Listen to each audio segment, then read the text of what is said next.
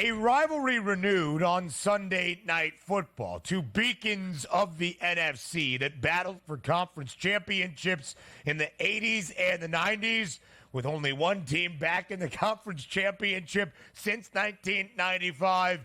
It's the San Francisco 49ers and the Dallas Cowboys, Joe, on Sunday Night Football. It's where we truly begin our Football Friday here on the Early Line, a preview of every single game, all 14 on this NFL Sunday slate in week number 8, with 0 NFL teams having a bye during week 8. So there is the prestige, right? The rivalry renewed, two huge brands in this sport, and of course in the NFC as a conference.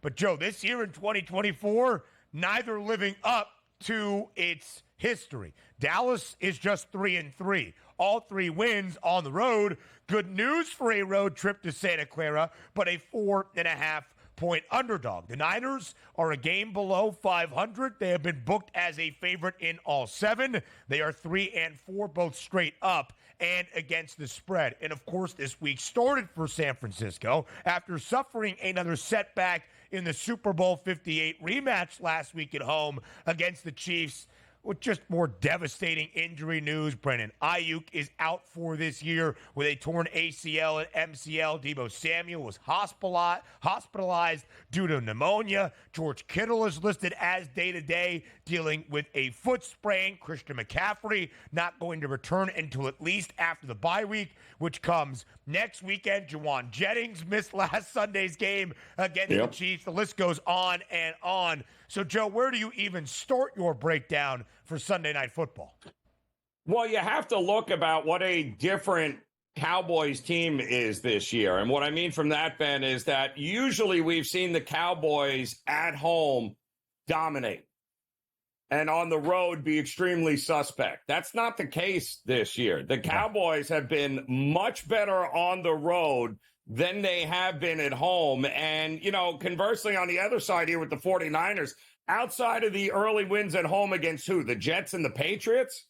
Those teams are a combined 3-11 on the season. How am I supposed to be impressed with what the 49ers are doing at home in any way, shape, or form? The problem with the Cowboys is that they're allowing at least 28 points per game. And most of that has been when they played at home. So if I'm the Cowboys, there's got to be a little solace in going on the road here and not having to deal with the pressure of having to win in Jerry World here, coming off the bye, coming off an epic beatdown, 47-9 against Detroit at home.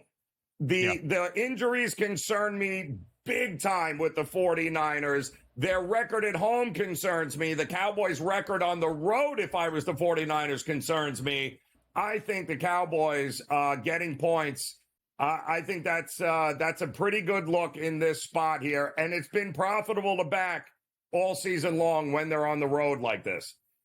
Yep, certainly so, Joe. Right now, the Cowboys allowing 28 points per game with new DC Mike Zimmer. It's second worst in the National Football League. Only the Panthers are worse. You never want to be in conversation with Carolina when comparing statistics throughout an NFL season. In the 3 years that Dan Quinn was the defensive coordinator in Dallas, by himself, 21 through 23, the Cowboys were a top 10 scoring offense each and every year, allowing 21 points per game or less in all 3.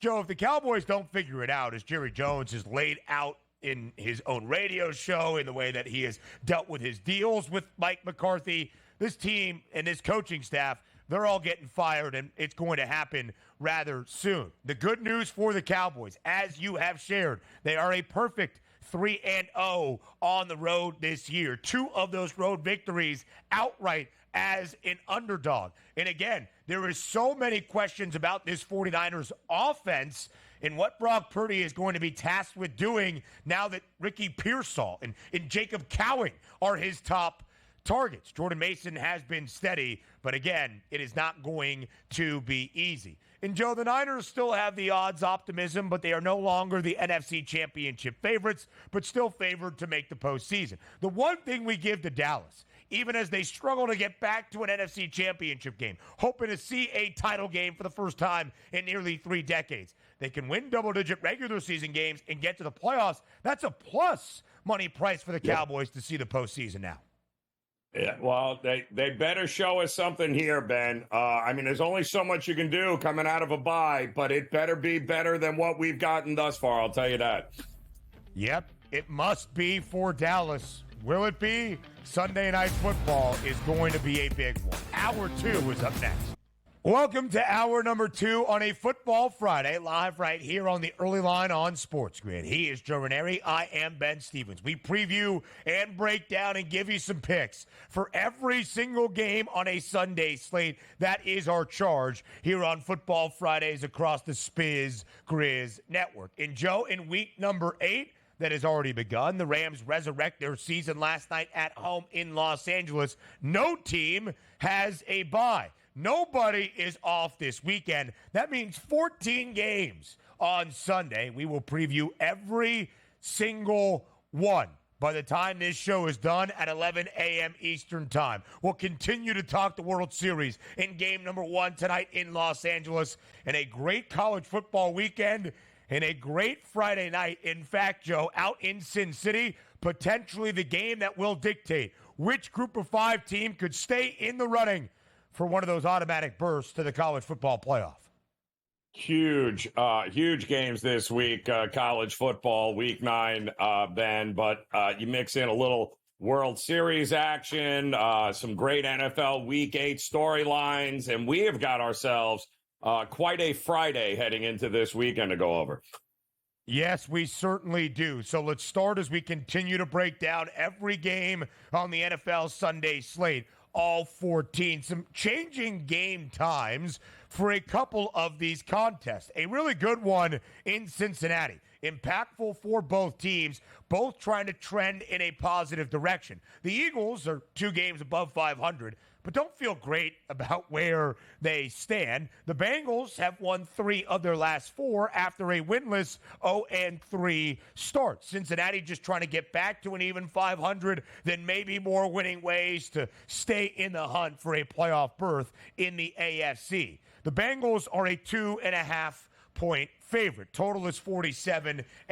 This game time, Joe, was swapped to the early window to accommodate what we hoped would have been 1 versus 2. Caleb Williams and the Bears and Jaden Daniels and the Commanders. We'll talk about that game in just a moment. But with the focus on this one in Cincinnati, the Bengals laying less than a field goal at home. How do you feel about it? Yeah, well, I don't feel great about Philadelphia offensively here, Ben, after, I think, Jalen Hurts. I think the Eagles had 78 net passing yards in that win over the Giants last week. We were at this point a week ago, and when we did our picks at the end, Ben, I had said the under in that Eagles game because I didn't know where the offense was coming from, certainly from the Giants, and I did not know where it was coming from the Eagles, who lost their best offensive lineman, the guy who protects their tackle, gone. They lost Dallas Goedert, and now, of course, we know the numbers with Jalen Hurts without Dallas Goedert. It's a different ball game. This doesn't look like a very prolific offense to me from Philadelphia.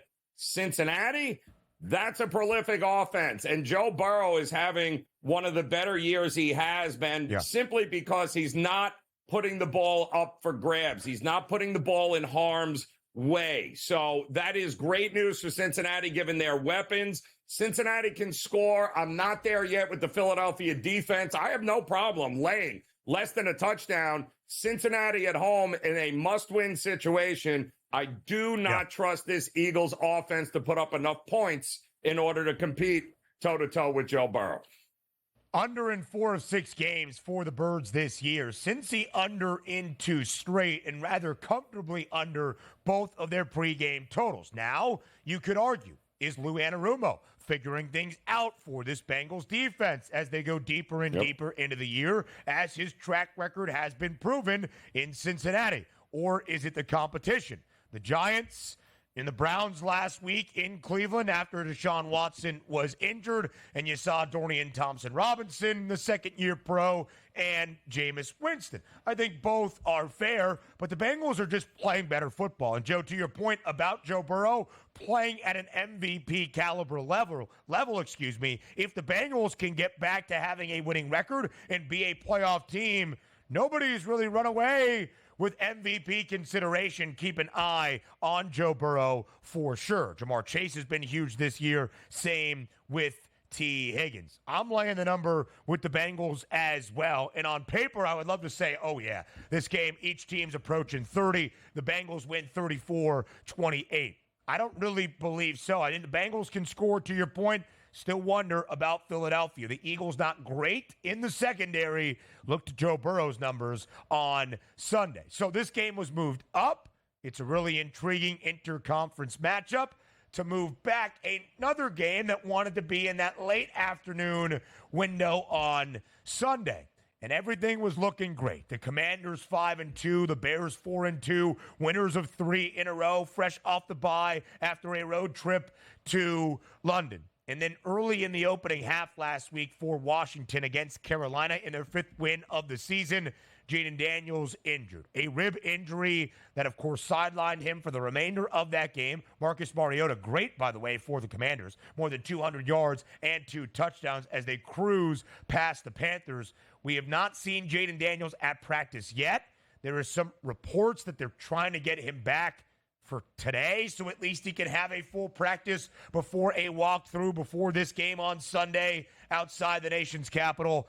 I don't really remain convinced. So it's Caleb Williams, the number 1 overall pick, and his Chicago Bears, more than likely against Marcus Mariota, a former top 5 pick, but not necessarily the number 2 overall selection from 2024, Jaden Daniels. This line opened, Joe, in favor of Washington. After Sunday, it was 1.5 in favor of Chicago, as Daniels' status was a little bit more murky throughout this week. It's now been 2.5, even up to that flat number of 3 in favor of the Bears. So it might not be 1 versus 2, but will Chicago win comfortably on the road, as this line might be indicating?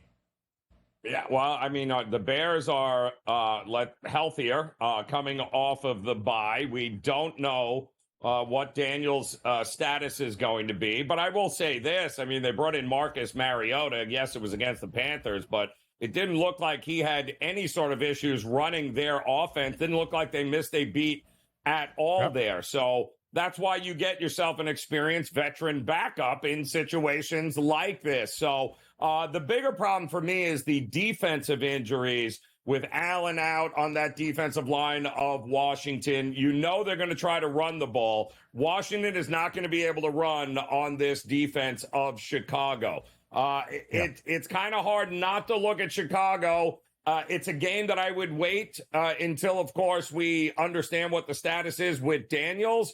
But as of right now, if it's Mariota, I would have to look towards Chicago. And I can tell you this. If it is Mariota, you ain't getting it under a field goal, so you might as well, if you like Chicago, bet it now. Yeah, I would agree, Joe. And again, I do not believe that Jaden Daniels is going to play in this game. It's still 1 versus 2. Mariota, the number 2 overall pick for the Titans back in 2015. Caleb Williams has been sensational as of late. Of course, Jaden Daniels, a historic start to his rookie season, whether it's his injury, his uncertain timetable to return, or just Caleb playing so much better in this 3-game win streak for Chicago. He is now only backed by 15 cents to win NFL Offensive Rookie of the Year. Of course, Caleb Williams as the preseason favorite to win this award. 4 touchdown tosses, Joe, against Jacksonville 2 Sundays ago in London. The first time a rookie Bears quarterback has thrown for 4 touchdowns in a game in franchise history. Caleb Williams has 9 touchdowns this year. He's got 7 touchdowns to only 1 interception in the 4 Bears victory. His 9 passing touchdowns, already more through 6 games than their previous other 2 top 15 picks, Justin Fields and Mitchell Trubisky, in their rookie campaigns. Not saying it's a high bar to clear, but just saying that Caleb Williams has figured something out And so too has DeAndre Swift. Keep an eye on his numbers for Sunday against this Commanders defense. Must-win spots on the Sunday slate. We're looking at you, Aaron Rodgers, next. Live right here on this Football Friday on the early line on SportsGrid. Wouldn't you know it? It's another week, and the Jets must win an NFL football game to keep their season afloat. But this one, Joe, I will just say they should absolutely win. Even last week, as a slight favorite on the road in the Steel City, did not feel like a great advantage for the New York Jets, despite Russell Wilson making his first start in a Pittsburgh uniform. The Steelers are a winning franchise. It is what they do. 2 weeks ago in the monumental Monday night game against Buffalo, the Jets, even in their own home stadium, were a slight home underdog. So here they are, laying a touchdown on the road in Foxborough against a one-win Patriots team who is 1-6, has not covered in any of its 6 losses. Drake May has provided a spark, sure, but Gerard Mayo's calling out his team for not being tough enough. They're soft when it comes to defending the run. So this should be the one, right? This is the one the New York Jets win comfortably, right? Of course, right? We can just play on repeat, Ben, the last 3 weeks that we've been talking about the Jets, and we always say the same thing. Well, the Jets should win, right? I mean, the Jets, right? No, not. Yeah, no, the Jets should win, but we have absolutely zero confidence in actually laying a touchdown with the Jets. Why? Well, because they're averaging just 305 yards and 15 points a game in their last 4. Not to mention the defense has taken a step back since they fired their defensive-minded head coach just a few short weeks ago. So this is a mess. This is, yes, a game that they should win, Ben. They won this game back in week 3, 24-3. Right. They put up 400 yards of offense. They held New England to just 139 yards of offense.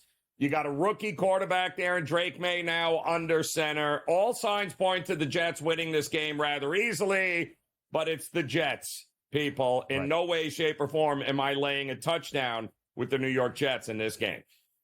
They actively find ways to lose football games. It is what this Jets organization has done consistently. It's why they are riding a 13-year playoff drought. It is what Aaron Rodgers and the Jets have done throughout this season. Joe, I was really going to be interested in how many more times the New York Jets were booked as an underdog this year after the season opener. Of course, a slight underdog in San Francisco. They've been a dog just 13 times, or a favorite rather, just 13 times since the start of 2021 when former now head coach Robert Saleh and Packers advisor became the head man of this New York Jets franchise. They've been booked as a favorite 4 times this year. They won and covered in their first 2 against the Titans, against these Patriots on a short week Thursday night football game. In their last 2, including as more than a touchdown home favorite against Denver, they have lost outright. It has not ever been smooth sailing for New York.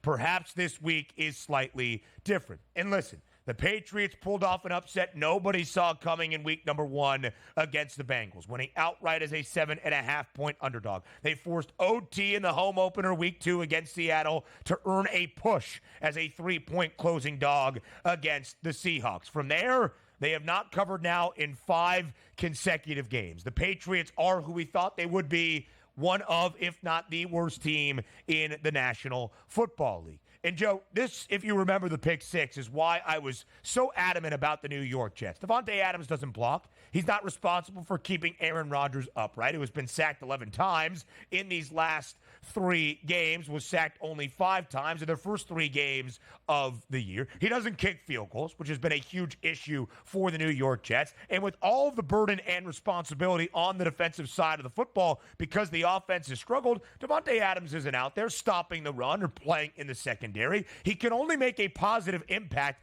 to the overall offensive production. So go out there and score points. Don't get blanked in the second half by the Steelers, albeit Pittsburgh the second best scoring defense in the National Football League. So here are the props for Sunday against the Patriots defense that, again, was called out for being soft by rookie head coach Gerard Mayo. The number that I care about more, Joe, not Aaron Rodgers, who has the second most pass attempts of all quarterbacks in the NFL, only behind Geno Smith. It's not even Devontae Adams and Garrett Wilson so much. Todd Downing, feed Breece Hall the football. Just do it. Give him the football. Give him touches. Have him go over 109.5 scrimmage yards on Sunday.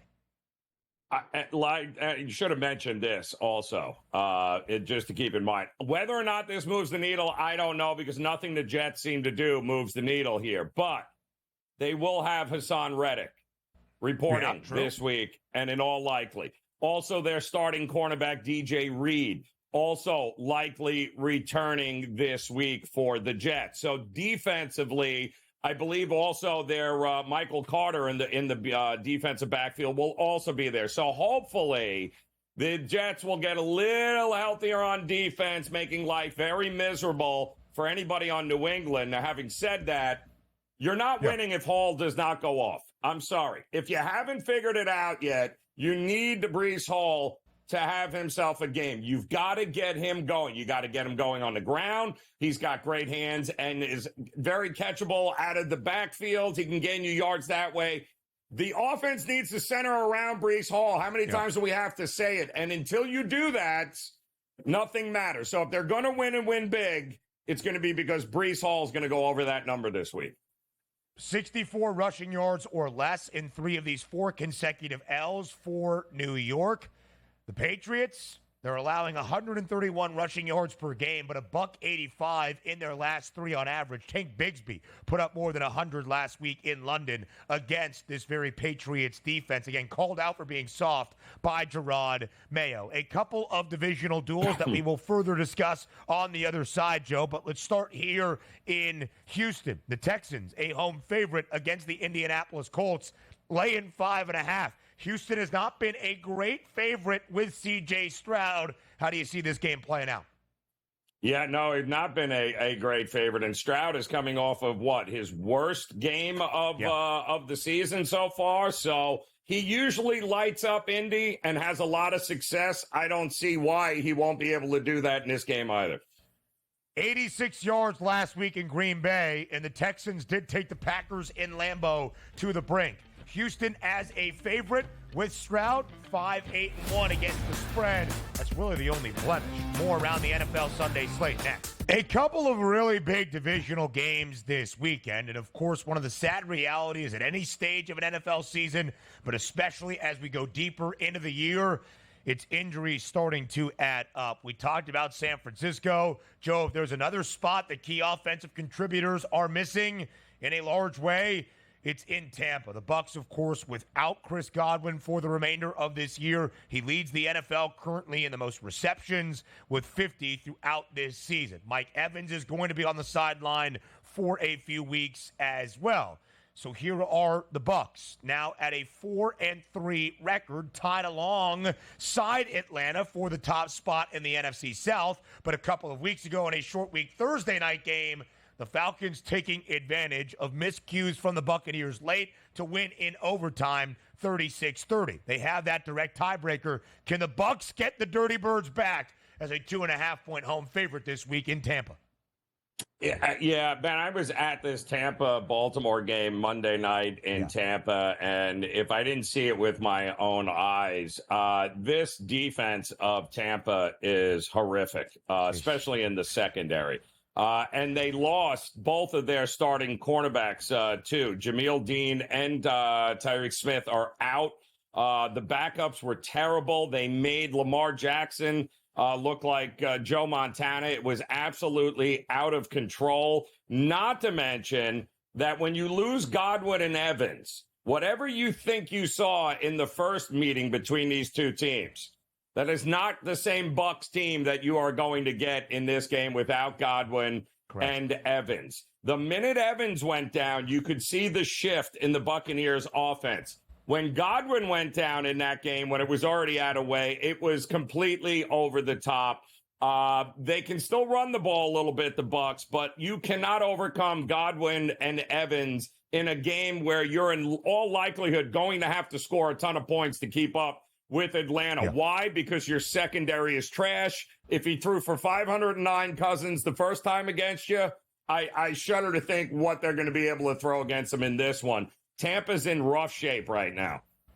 45.5 the total. The highest receiving yards prop for this depleted Buccaneers core is the tight end Cade Otton at 45.5. Another divisional duel on Sunday in that afternoon window. The Chiefs, the only undefeated team left in the NFL, a perfect 6-0, a 9.5-point favorite against the Raiders. Of course, Antonio Pierce has circled this game often. He has said it is who is that? Is that Aiden O'Connell or is that Derek Carr on the graphic?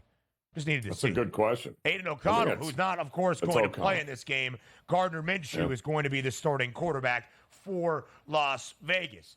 Antonio Pierce has made a lot about the Jordan rules, like the Pistons beating up the Bulls back in the day. That's what they're going to try to do to Mahomes. Good luck. The Raiders are a train wreck this year, and although the Chiefs haven't been overly impressive offensively, and Mahomes has 6 touchdowns to 8 interceptions, still somehow, some way, Joe, KC is a perfect 6-0, a favorite in all 6. They've covered in 5. Yeah, but this is flat spot central here for the Kansas City Chiefs, and quite honestly, let's be realistic. You have a much better chance of winning anything with Gardner Minshew than you do with Aiden O'Connell, who ended up breaking his thumb, so he'll be out. I do think it's a slight upgrade to get Minshew back under center. That's not saying much, but this is not a great spot historically for Mahomes in Kansas City. They are just 1-10-1 against the number in their last 12 when they're a road favorite of more than 4, Ben, following a win. And that's exactly what Kansas City is in this particular spot. It's a super flat spot, not to mention you're coming off of the game against the 49ers, the rematch of the Super Bowl. No way do I trust Kansas City to win and cover in this game. This is the kind of game the Raiders will give them all they can handle. Of course, it was Antonio Pierce leading Las Vegas to Arrowhead on Christmas Day and pulling off a huge upset. With interim head coach Antonio Pierce, the Raiders were 7-1-1 against the spread, winning 5 of those 9 games. With permanent head coach Antonio Pierce, they are just 2-5, both outright wins as a dog, only 1 cover in their 5 losses. We shall see. But again, not a great spot for Kansas City. Not sure how many points we get either, as the Chiefs defense is leading the way. 41.5 is that total. Plenty of football Friday remains. We'll hit them all with Mike Blewitt, who joins us here on the other side of the break on the early line on SportsGrid. Stay with us. It would not be a football Friday without the one, the only, Mike Blewitt, live right here on the early line on SportsGrid. He and Joe host NFL football in-game live game day starting Sunday at 1 p.m. Eastern time up until 4:25 p.m. Eastern, that early window into the very start of the late afternoon as well. So, Mike Blewitt, we appreciate the time. Always appreciate the insight on this football Friday. Good to be here with you. Excited to have Joe back in the saddle with me this week after a week off. But it is going to be obviously a week in which we have a lot of funky interconference matchups. You guys were already talking about the number of quarterbacks that'll be out. One quarterback obviously returning, which will be a big part of the news this week. But excited to get into it. Yeah, let's go into the one, Blewitt, in Seattle. The Seahawks at 4-3, the only team with a winning record right now in the NFC West at the top. But all 3 other teams, the Niners, now the Rams, and the Cardinals trail by just a game at 3-4. The Seahawks started 3-0, lost 3 straight, pull off the upset last week in Atlanta. The Buffalo Bills looking pretty good here as of late. A 5-2 football team and a 3-point road favorite in the Northwest. Mike Blewitt, how do you break it down?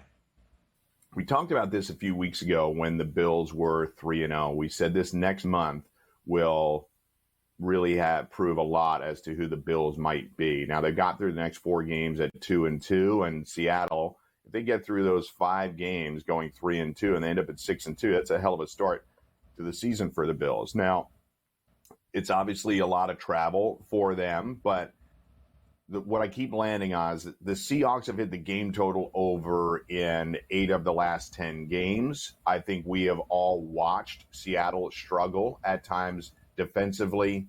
Geno and the Seattle passing offense first in the league. I'm still not comfortable with them being up there, even though they're taking a hit with DK Metcalf being out this week. Maybe they finally turn to the run more than they have been in previous weeks. These teams rank 20th and 21st in the league in yards allowed, and the Bills have scored last in their 4 or 5 away games. The reason I bring that up is because even last week, you had an opportunity with the Titans up 10-0 for you to get the Bills at a shorter number. I like this game a lot for the Bills to bet it live, but if you're going to bet it right now, I think you go with the over. I don't think these teams are going to be able to stop each other enough. Don't love, you got to hate the spot for Jacksonville here, picking up their second win across the pond last week. Now, they spent 2 weeks there, better part of 2.5 weeks there, really, and now they've got to come home and take on a Green Bay Packers team that, in all likelihood, Mike, should be able to name their score here, but we got to keep in mind, too, this is AFC, NFC. This game is not do or die for Green Bay in any way, shape, or form, so how do you approach it? Totally. These first 3 games that we're talking about are these interconference matchups. The teams don't play very often, and you don't have a sense of how they'll play one another. In some ways, the win over the Patriots feels like a stay of execution, perhaps, for Doug Peterson and the Jags. But I think what I like about this game is Green Bay getting on top early. It's just the way that their offense has functioned, Joe. They've covered the first quarter spread in 10 of their last 11 away games. So even on the road outside of Lambeau, they get out to early leads. And in the first half, Green Bay scores 14.9 points per game. It's one of the highest in the league. The Jags have the 3rd worst scoring defense in the first half in the league. So give me Green Bay -2.5 in the first half and over 13.5 for their point total in the first half. We don't even have to account for the spread. I think Green Bay scores enough points early for you to be able to clear these bets. The Packers have won 3 straight. They covered in their first 2, booked as a favorite in all 3 of these consecutive wins. This line was 4.5 yesterday in favor of the Packers on the road in Duval. Feels like it should have been higher than that. Should be near a touchdown. Now it's only 3.5. Feels a little bit fishy, but we shall see how it plays out on Sunday. If I were to tell you both that on Monday Night Football in the nightcap out in the desert, the Chargers allowed only 17 points and Justin Herbert threw for nearly 350 yards, you would have probably asked how much did the Chargers win by. But that's not Bolts football. They lost on the road 17-15 to Arizona as a slight road favorite. Total, though, of 44.5, the highest of the year for L.A., did stay under, which leads us, Blewitt, to Sunday in SoFi. The Chargers more than a touchdown favorite against New Orleans. Spencer Rattler returns for his 3rd consecutive start for the Saints. Total at 40.5. It is a large number in favor of Los Angeles. Do you believe the Chargers play a solid enough game to cover? This is too many points for me. And to you talking about Monday Night Football, Ben, there's just bad red zone execution, really terrible red zone execution. A couple of 27-yard field goals, a couple of 38-yard field goals, 5 field goals in the game. They just couldn't punch it in. And I suspect the law of averages will have them doing better than that. But I don't like this as a spread simply because the total is 40. So we're going to get effectively what was the way the Thursday night game played out the last time for the Saints, which was like a 26-3 game for a lot of that second half, a low-scoring blowout. That's what a 40.5 total and a 7.5 spread would have to amount to, and that's just not a profitable spot for me. I wouldn't lay the points here. I do think it's a low-scoring game, the way the Chargers play, the way the Saints offense is functioning. The Chargers are the lowest scoring team in the second half of games in the entire league. It's averaging just 5.7 points a game. The Saints just 8.3 in the second half. I think you can take a bunch of unders here. I'm on the second half under 20.5 You can find it out there. I just think it's a bleed the clock kind of second half. If the Chargers have a lead, they'll give it to Dobbins and run out the clock. And I just don't think the Saints have enough firepower on the road for this one. All right, so we got one game, Blewitt, in which the tank is on apparently for the Tennessee Titans. Detroit sitting 5-1, Tennessee 1-5. And by the way, I don't think Tennessee is top 300 yards of offense in any game yet this year. Now they got to take on Detroit. No D-Hop anymore. Well, no anything anymore for Tennessee. Is the tank on here? I mean, was it any better when he was there? Joe, you and I watch it every Sunday. Levis is the most entertaining player in the league when he's in there, and we can't get him in there right now, and Hopkins is gone. So 11.5 is a ton of points, especially after a really good emotional couple of wins in a row. But I think this is what you have to start thinking about the Lions. We're not accustomed to thinking this. It's taking years for us to break this. They're one of the elite offenses in the NFL. So Can they run it up to get 11.5? I really don't think this is going to be close. This is a ton of points being laid. There's a few double-digit spreads this week. This would be the one I'd be most comfortable to lay. But I think you could just isolate the Lions and get their point totals. I don't know if Tennessee's getting the stops. But what do you have to be mindful of? If it's a blowout, how much do the Lions keep pushing? I know Campbell's not afraid to keep his foot on the gas. But for this one, I think you just take the Lions points over. When you look at Detroit, they are a 5-1 football team. They have covered in all 5 victories. With Dan Campbell in the biting kneecaps era for this Lions organization. Since the start of 2021, they are 42-18 against the spread now. That is a cover percentage of exactly 70%. They are the only team in the National Football League in the last 3.5 years that has covered in more than 62% of their games, and they are at a 70% hit rate at this moment. Detroit is the best team in the NFC in my estimation. The odds makers have booked them as the favorite to win the conference crown. Plenty more with quarterback changes coming your way next. Live right here on this Football Friday on the early line on SportsGrid. It's Joe Ranieri, it's Mike Blewitt, and it's myself, Ben Stevens. Mike, when we look at a couple of the games this week, we've got some quarterbacks stepping back up and in. First and foremost, it is the expected return of Tua Tagovailoa on Sunday for the Miami Dolphins. The Dolphins now a 4.5-point favorite live on the FanDuel Sportsbook, hosting the Arizona Cardinals in South Florida. This, of course, would be Tua's first game since he was bounced in the third quarter of week number 2 with his third documented concussion in the last 2+ seasons for Miami against the Buffalo Bills. It is a good sign to see Tua Tagovailoa back on the football field. Some of us might question the decision. It was Tua, his family, and the medical staff alone for Miami that were the ones to make this call, and we do anticipate his return on Sunday. So, Blue, what can we expect out of Tua now back at the helm of this Dolphins offense? I think most of us would expect there to be some level of rust there, but I have no other reason to think that the offense won't be better than it has been the last several weeks with him on the sidelines. You're right about it's not really up to us to decide what he does and doesn't do, and we can feel however we feel about it, but he's out there playing, so we're going to cover the games as is. They've really struggled to get the ball in the hands of their playmakers like Hill and Waddle. Tua has shown to be excellent at that in the past, while Arizona's pass rush has been a little bit better in the last few weeks. I think Tua having an opportunity to go up against a team like this that does not rush the passer well overall is as soft a landing as we could possibly see.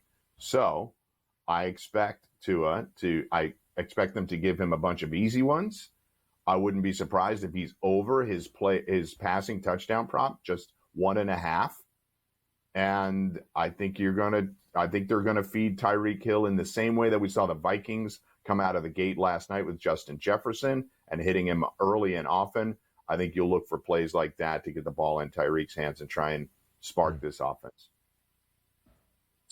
So we got a car crash, which is now sidelined Andy Dalton, who sprained his thumb in that car crash. Wow. Which means Bryce Young is getting back under center here for the Carolina Panthers. Does any of it mean anything? Maybe that little time on the bench, Blewitt, worth back in Carolina, as this is starting to creep up to double digits, by the way. Bo Nix laying double digits at home. Something you're running to the window with?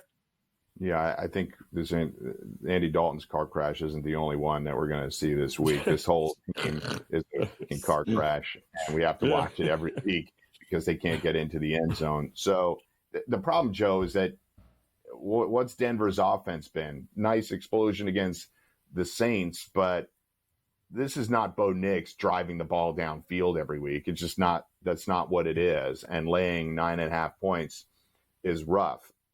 I think you can take the Panthers unders. I think you can count on that. I have no expectation for Bryce to come out here and be, for this to be a rebirth. I just don't. It isn't all his fault, but what do we have to believe that the Panthers are consistently going to put the ball in the end zone? Andy Dalton got blown out too. Yes, he was better than Bryce and will be better than Bryce when he's back in, but they got blown out a few times too while he was in there. So I think laying the points is difficult for me here. But what has been money is these Panthers unders when Bryce is under center. I did think at some point that Bryce Young would come back into the starting quarterback role for the Panthers this year. Did I think it would happen via injury entering week 8? Not necessarily. And I do not believe it is a good spot to instill that confidence that was clearly lost from the number 1 overall pick in 2023 to welcome him back to the NFL. You see the numbers there. It's dreadful. He has thrown for less than 200 passing yards in 11 of his last 12 starts for Carolina, including both of them this year. And who does he face on Sunday? Not a run-of-the-mill defense. The Broncos are the 3rd best scoring in total defense in the NFL. They rank top 5 in passing defense, allowing less than 175 yards per game. They also get after the quarterback. They've got 28 sacks, the 2nd most in the National Football League, only behind the Giants. Welcome back, Bryce. We wish you the best of luck. Carolina, 5-17-2 against the spread as an underdog in all 24 games since the start of last year. Familiar foes, Blewitt, on Sunday, AFC North divisional rivalry, as the Browns welcome in the hottest team in the NFL, the Ravens, riding a 5-game win streak, but a new quarterback and play caller for Cleveland. 9.5-point spread in favor of the road team in a divisional game. Normally, that would be pause alone. Not sure it necessarily is. Deshaun Watson out for the remainder of this year. Jameis Winston now named the new starting quarterback for the Browns. Ken Dorsey takes over offensive play calling duties from Kevin Stefanski. Will it make an even small amount of difference for Cleveland on Sunday? I don't think so. I think the Ravens are really found their groove now. The Raiders game, you have to take advantage of the market when you have a fluky game like what happened with the Ravens and the Raiders. And I think for these last 4 or 5 weeks, the Ravens lines have been suppressed because people were assuming them to be a different team coming into the new year. You know, they lost to the Chiefs by a toe out of the back of the end zone, and the Raiders game was fluky. They've been blowing people out since. The offense looked spectacular the other night against the Bucs. Like, Joe, you saw it in person, you said, and Lamar was fantastic. Just for everybody, there are still people out there that like to doubt Lamar and say, well, it's really more of a running thing. He was brilliant passing football. There's no other way to say it. 5 touchdown passes, placing balls over people's shoulders into the end zone. Lamar is absolutely firmly in the MVP race, and I expect them to get after it offensively again. But to your point, Ben, 8.5 is a lot. I think this is a really interesting live betting opportunity. If you get the Browns to score early, you jump all over the Ravens if it gets under a touchdown. It's what I did the other night.